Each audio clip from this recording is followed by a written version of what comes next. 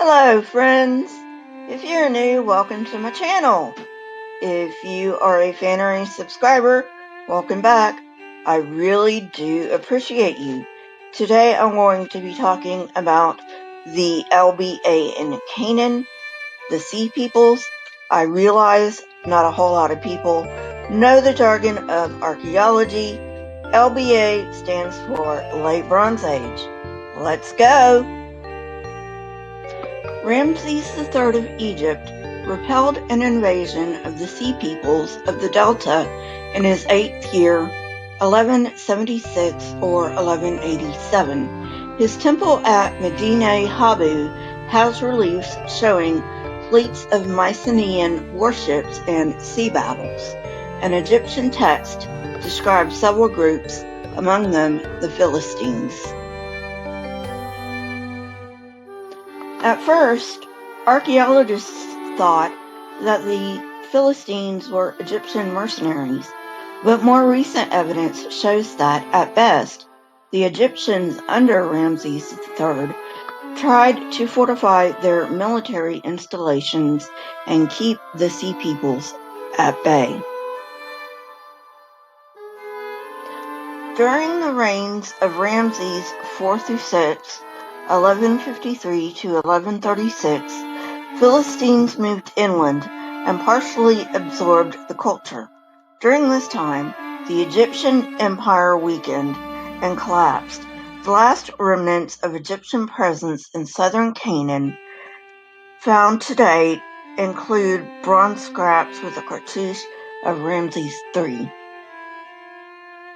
as well as a pedestal that belongs to a statue of Ramses IV at Megiddo.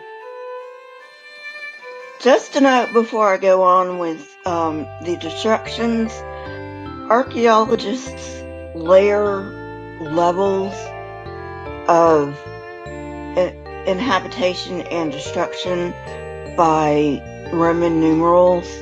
They start with 1, it would be at the top, and then 2's the second layer, 3 is the third layer down, so on and so forth. These layers are dated by the dating methods laid out in my dating methods series. If you want to know about dating methods, see my dating methods series. I will try to put them in the description. Try to remember to put them in the description. But if I don't, just search for dating methods on my channel.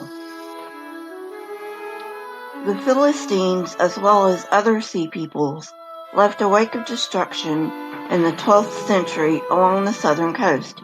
At Ekron, for example, the LBA ends with destruction at Stratum 8. At Stratum 7, locally made Mycenaean Aegean-style wares and structures can be found. We know these wares and structures were locally made because of the materials used.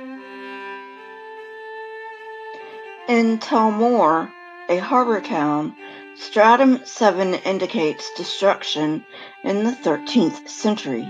The resettlement layers have late Mycenaean 3C1 monochrome pottery, and in later strata, Philistine bichrome, as well as locally sourced Aegean cultural artifacts have been found.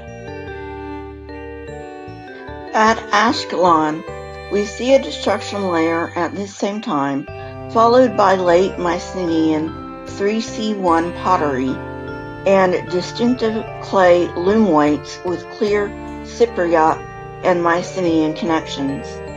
The people established a large seaport around 150 acres about this time. The lower and upper city of Hazor at Stratum 8 was violently and totally destroyed. Fortifications, temples, and the most impressive palace complex found today in southern Canaan were pillaged, the site abandoned for at least a generation. This destruction cannot be dated at present with any more precision than the mid-13th century. Neither can we identify the invaders. Some attribute the destruction to Israelite conquest, while others claim it is due to catastrophes or natural causes. No Philistine pottery has yet been found at this site. Scholars believe that it is far too inland to have been in the way of the Philistines and other sea peoples. Well, friends, that's it for today. The next show in this series is going to pick up with the Iron One in Canaan. If you like this kind of content, hit the like button, press the subscribe button, and if you would like to know when I come out with new content, hit the next subscribe button. My Twitter, Discord, email, and PayPal links are in the description, along with the source that I used for this episode. Question everything and never be afraid. Remember, you are beautiful just the way you are, but self-improvement is never a mistake. Here are some videos from my library.